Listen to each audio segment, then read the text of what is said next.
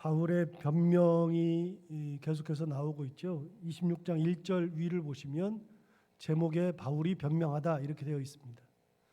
여러분, 사도 바울이 변명하는 내용들은요 굉장히 많이 나옵니다. 22장, 23장, 24장 계속 나오고요. 25장에서도 변명했고요. 그리고 오늘 26장에서도 변명합니다. 그러니까 사도 바울이 예루살렘에서 잡힌 이후로는 계속해서 변명하는 내용이 나옵니다. 그래서 사실은 이 변명의 내용을 읽기도 지겨울 정도로 똑같은 내용을 반복합니다. 그런데 이 변명 속에서 나오는 내용 중에 가장 중요한 내용이 뭐냐면 사도 바울에게서 나오는 내용 중에 몇 가지의 틀이 있는데 그 중에 하나는 뭐냐면 내가 하나님께 대하여 열심히 있었던 사람이다. 율법을 어기지 않고 나는 엄한 율법 교육을 받았던 사람이다. 그리고 내가 하나님의 뜻에 따라서 예수 믿는 사람들을 핍박하였다. 세 번째, 얼마나 열심히 있었냐면 예루살렘에 있었던 예수 믿는 사람들을 다 옥에다 잡아 가둘 만큼 열심히 있었고, 심지어는 다메섹에 있는 예수 믿는 사람들까지 잡아 죽이기 위해서 그들에게 잡아올 수 있는 권한을 대제사장에게 찾아가서 내가 받아서 거기까지 갔었다. 그게 기본 틀입니다. 나는 율법을 지키던 사람이다. 하나님께 열심히 있었다. 그 율법을 지키고 하나님께 열심히 있어서 핍박하였다. 이게 하나의 틀이고요. 또 하나의 틀은 다메섹에 가다가 거기에서 길에서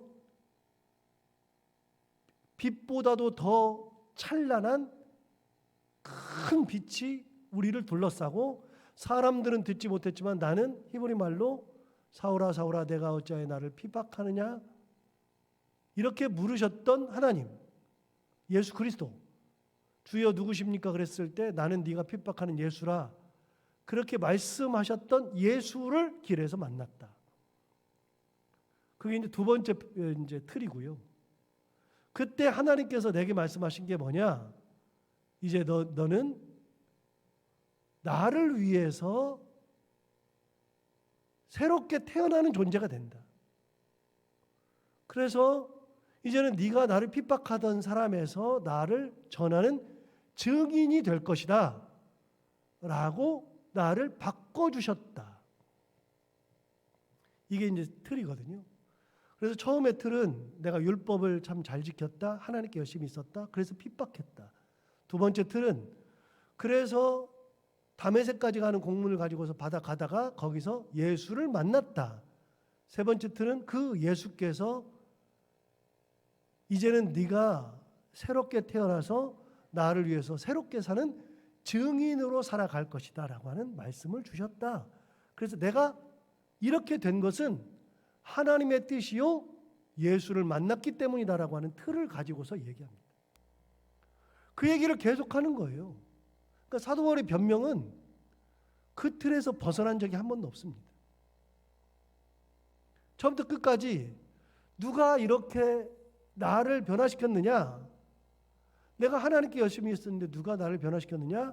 하나님이 변화시켰고 예수님께서 변화시켰다. 내가 이렇게 살아가는 것은 누가 그렇게 만드셨느냐?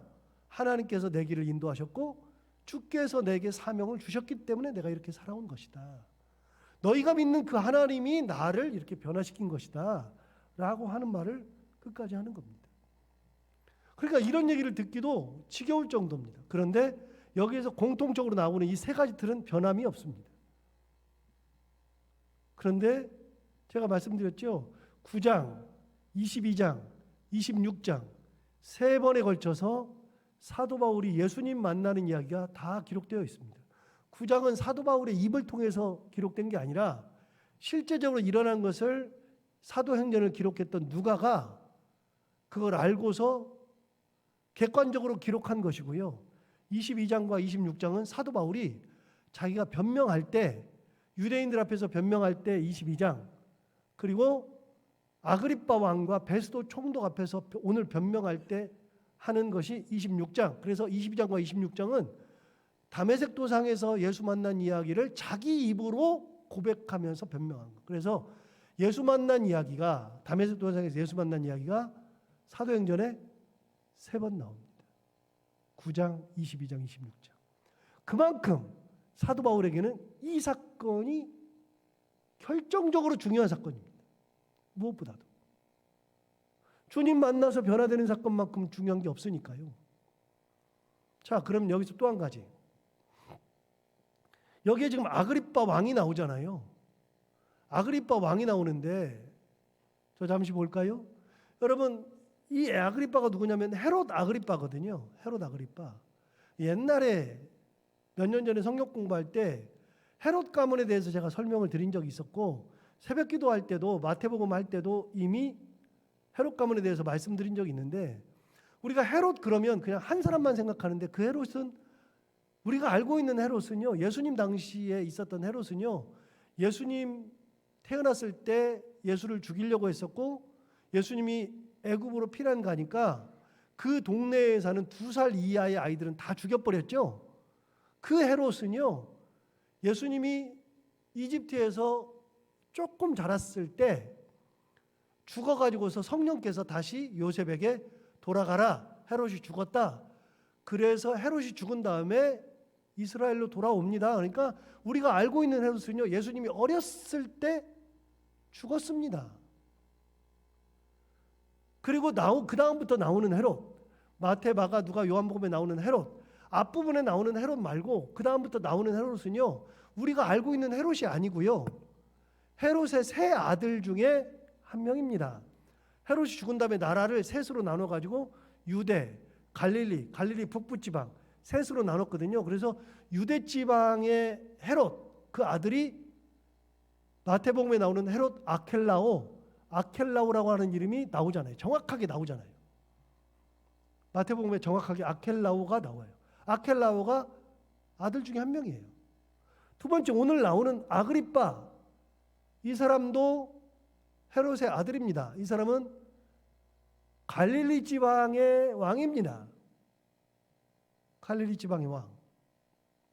그러니까 지금 가이사랴니까 갈릴리 지방하고 연계해가지고 같은 지역이니까 아그리빠가 오는 겁니다. 세 번째, 북부지방, 이스라엘 북부지방의 왕은 헤롯 빌립입니다. 그래서 빌립이 있기 때문에 빌립이 만든 도시가 북부지방에 갈릴리 북부의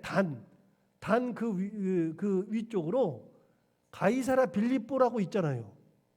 가이사라 빌립보라고 하는 도시는요, 원래 있었던 도시가 아니고 누가 만든 거냐면 헤롯 빌립이 만든 도시가 가이사라 빌립보인데, 왜 가이사라 빌립보라고 이름을 지었냐면 자기 아버지가 항구 도시를 만들어 가지고 그 항구 도시를 가이사에게 바치면서 이름을 뭐라고 지었어요? 가이사랴라고 불렸죠.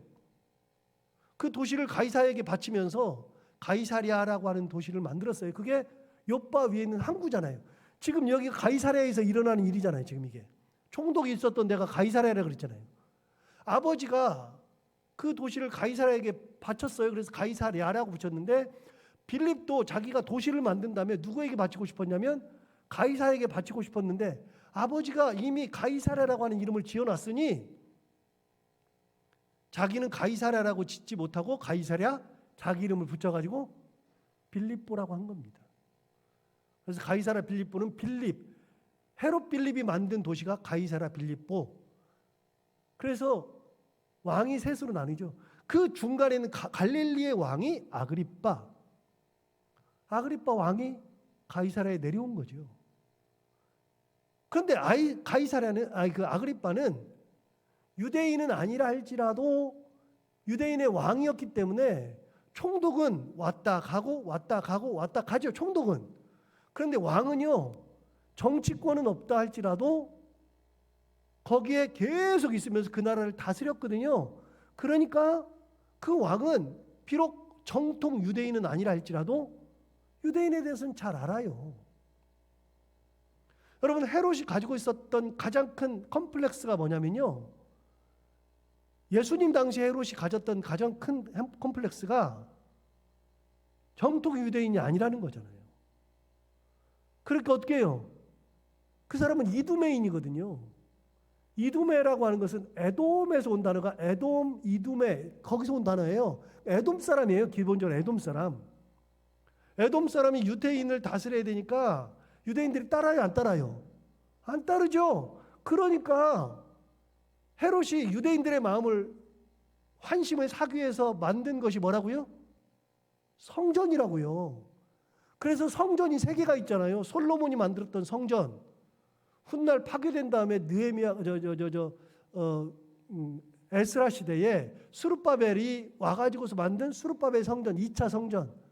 그리고 마지막으로 예수님이 태어나기 전에 지어놨던 성전이 헤롯 성전이잖아요. 그래서 이스라엘 성전은 3개라고요. 3번이라고요. 똑같은 자리에다가 계속 지었어요. 솔로몬이 지었고 그 다음에 스룹바벨이 지었고 예수님 태어나기 바로 전에 헤롯이 지어놨던 성전. 지금 예루살렘에 가면 서벽이 남아있어요. 성전이 다 무너졌는데 서쪽의 벽만 딱 남아있어요. 그래서 서벽을 딱 보면 예루살렘 성전의 위용을 알 수 있죠.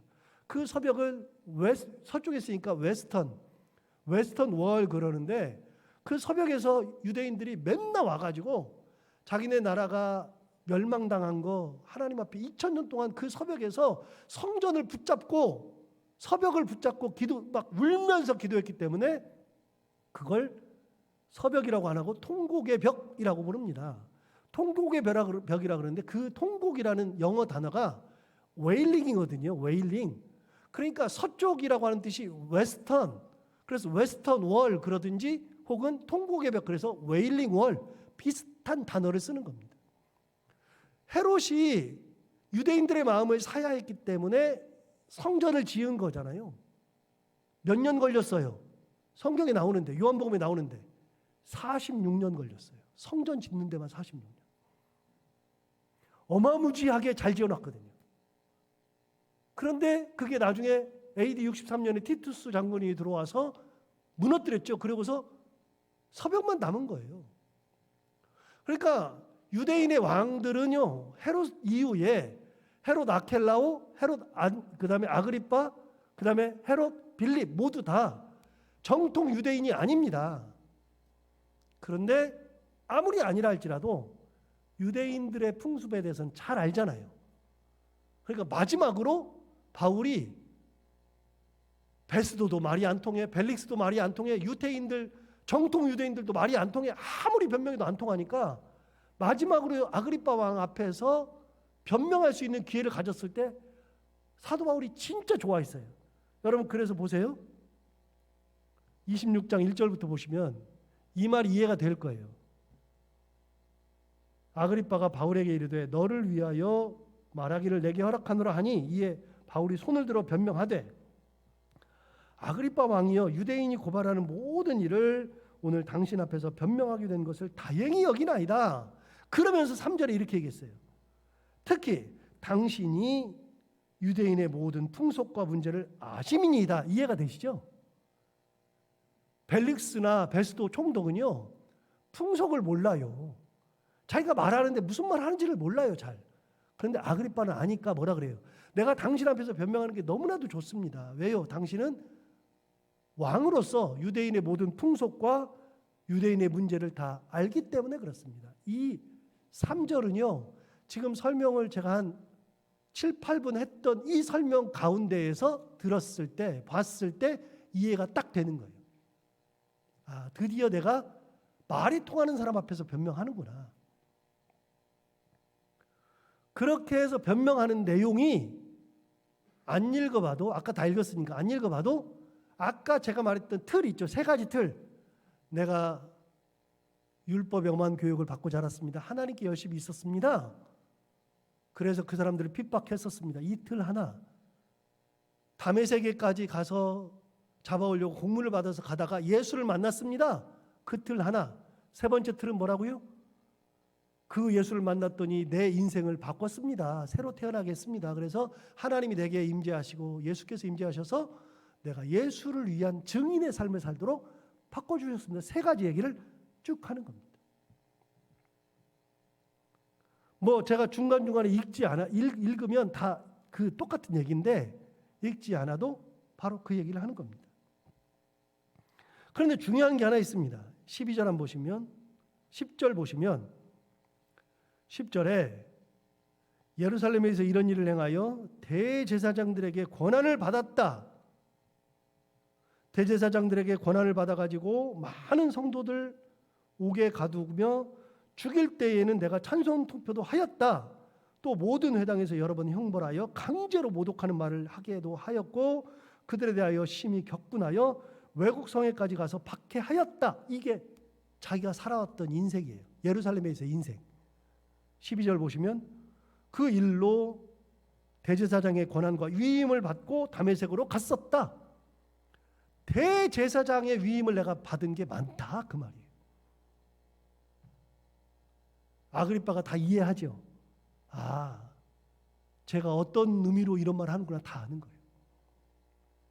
자, 사도 바울이 사울일 당시에 예루살렘에서 했던 모든 행동의 근원은 대제사장이에요. 대제사장께 권한을 받았어. 대제사장의 공문을 받았어요. 대제사장에게 받아서 다 했어요. 그런데 여러분, 예수를 만나고 났을 때에 어떻게 되느냐? 17절 보세요. 드디어 이제 예수께서 말씀하시는 거예요. 17절이 그 중에 하나예요. 이스라엘과 이방인들에게서 내가 너를 구원하여 그들에게 보낸다. 여러분, 아까 다메섹에 갈 때 누가 보냈어요? 대제사장이 보냈죠. 대제사장이 공문 받았죠. 대제사장이 근거죠. 그런데 이방인들에게 보낼 때 17절에 보면 이스라엘과 이방인들에게서 내가 너를 구원하여 그들에게 보냈다. 여러분, 누가 구원했어요? 하나님이, 예수 그리스도께서 구원하시고 누가 보냈어요? 하나님이 보내시고 주께서 보내셨어요. 완전히 달라졌죠. 대제사장에게 권한을 받았어요. 대제사장이 나를 보냈어요. 그런데 예수를 만나고 난 다음부터는 나를 구원하시는 분이 하나님이시고 나를 보내시는 분이 하나님이시고, 그래서 사람에게서 뭘로 바뀌었어요? 하나님께로 바뀐 거예요. 사도 바울이 분명히 얘기하잖아요. 내가 제사장한테 받았어. 대제사장의 권한을 위임받았어. 공문을 받았어. 대제사장의 명령을 받았어. 그런데 예수를 만났더니 그 만난 자리에서 내가 너를 구원하였다. 내가 너를 이방인들에게 보냈다. 하나님께서 보내신 거예요. 그때부터는 내가 누구에게 받아요? 하나님께 받아요. 하나님께 명령을 받고 하나님께 권한을 받고, 사람에게서 받던 사울에서 하나님에게서 받는 사도로 바뀐 거예요. 신분이 바뀐 거죠. 19절 보세요. 아그리빠 왕이여, 그러므로 하늘에서 보이신 것을 내가 거스르지 아니하였다. 여러분, 하나님께서 주신 것을 내가 거스르지 않았다 그 말이에요. 사도 바울의 근거는 이제는 반드시 이제는 사람이 아니라 하나님으로 바뀐 겁니다. 결정적인 변화입니다. 대제사장, 당신이 잘 알죠? 인간에게 있어서는, 이스라엘 유대인들에게 있어서는 가장 높은 존재이지만, 그래서 나는 그분에게 모든 것을 다 받고 살았지만, 그런데 알고 보니 그게 아니라 하나님께서 나에게 인치시고 하나님이 나를 구원하시고 하나님께서 나를 보내시고, 그래서 내가 하나님을 거스르지 않았습니다. 대제사장의 말을 듣고 사는 게 아니라 나는 하나님의 말씀을 듣고 사는 존재로 바뀐 겁니다. 사도 바울이 극적 전환에 대해서 말하는 거예요. 여러분, 사도 바울의 마음속에 이제 드러나요? 사도 바울의 마음속에 누가 중요해요? 하나님이 중요해요. 틀에 얽매여 있을 때, 절차에 얽매여 있을 때는 사람이 중요했어요. 대제사장이 중요했어요. 그런데 예수를 만나고 났더니 사람이 중요한 게 아니라 누가 중요해졌어요? 주님이 중요하고 하나님이 중요한 거예요. 이게 극적 변화예요. 사도 바울에게 나타난 극적 변화가 뭐냐? 사람 중심에서 하나님 중심으로 바뀐 겁니다. 그러므로 내가 다니는 것은 하나님이 나를 보내셔서, 내가 증언하는 것은 하나님께서 나를 증언자로 삼아 주셨기 때문이다. 22절 보세요. 21절 22절 보세요. 유대인들이 성전에서 나를 잡아 죽이고자 하였으나 22절 하나님의 도우심을 받아 내가 오늘까지 서서 높고 낮은 사람 앞에서 증언하는 것. 보세요. 유대인들이 나를 죽이려고 여러 번 했어요. 성전에서 나를 잡아 죽이려고 했어요. 옛날에 예수 만난 다음에 옛날에 성전에서 나를 죽이려고 했고, 얼마 전에도 성전에서 나를 끌어내가지고 죽이려고 했었고, 유대인들이 나를 성전에서 죽이려고 하였으나 누가 날 도와줬다고요?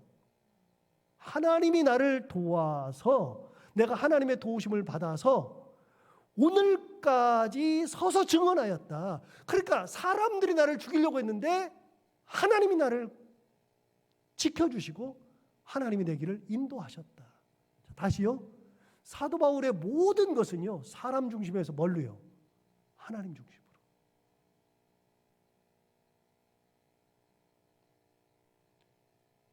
대제사장에게서 권한을 받던 사울에서 하나님 앞에 위임받은 사도로. 극적 전환이죠. 극적 전환. 그러니까 사도 바울이 입으로 말하는 거예요. 내가 삶이 바뀐 거는 하나님이야. 나는 하나님을 따랐을 뿐이야. 자, 여기까지 이제 변명했어요. 24절. 24절 위쪽을 보시면 제목이 나오는데 바울이 아그리빠 왕에게 전도하다 이렇게 돼 있어요. 근데 24절 보세요. 아그리빠 왕에게 하기 전에 24절 바울이 이같이 변명하며 베스도 총독이죠.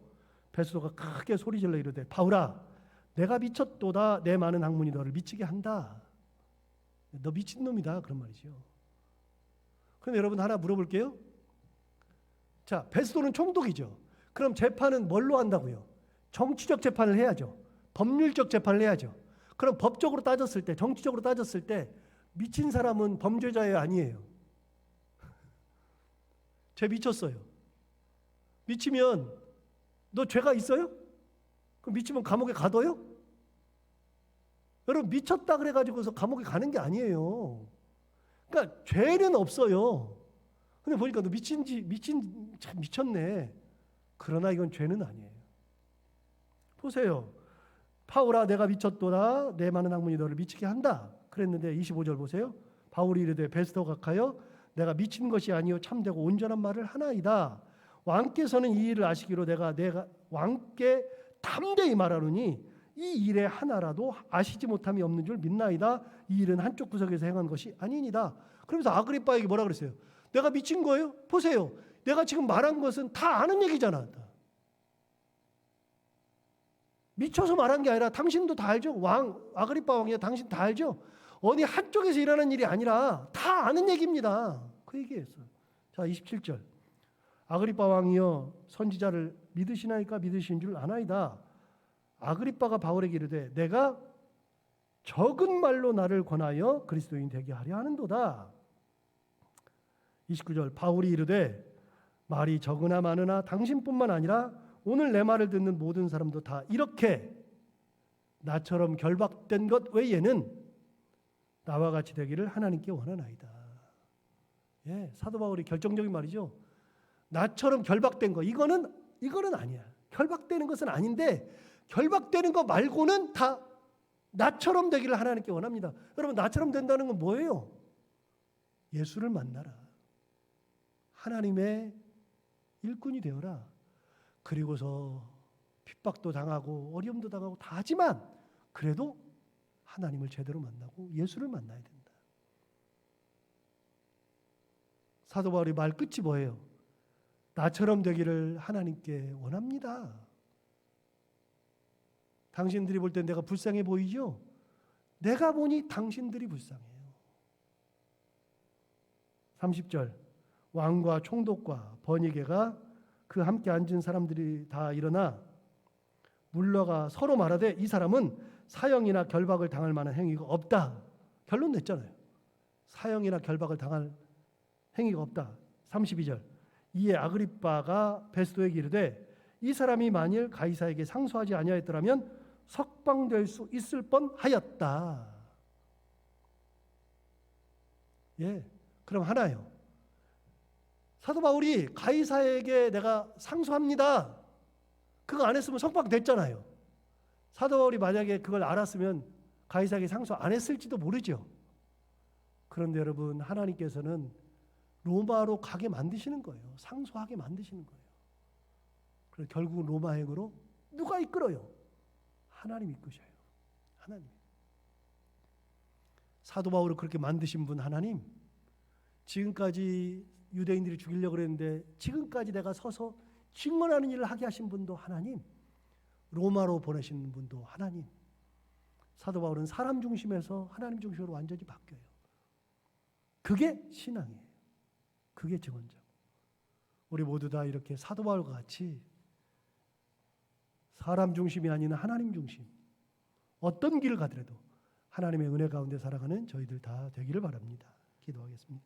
하나님 아버지 감사합니다. 오늘도 귀한 말씀으로 은혜 주셔서 감사합니다. 이 말씀처럼 우리가 모두 다 사도 바울과 같이 사람 중심에서 하나님 중심으로 바뀌고 삶의 근거가 하나님이 되게 하여 주옵시고, 내가 하는 모든 것의 근거가 예수 그리스도가 되어서 사도 바울과 같이 그렇게 하나님의 일꾼으로 하나님께서 귀에 쓰임 받는, 하나님께 귀하게 쓰임 받는 그런 삶을 살아가는 저희들, 특별히 우리의 사명은 생명 다하는 날까지, 그때까지가 우리의 사명인데 그 사명을 다할 때까지 사명을 기쁨으로 감당하고 하나님 앞에 충성하며 살아가는 저희들이 다 되게 하여 주옵소서. 오늘도 이 말씀을 기억하며 살게 하여 주옵시고, 해야 되는 것들을 기쁨으로 감당하고 만나는 분들과 함께 웃고 행복한 하루가 되게 하여 주옵소서. 예수님 이름으로 기도하옵나이다.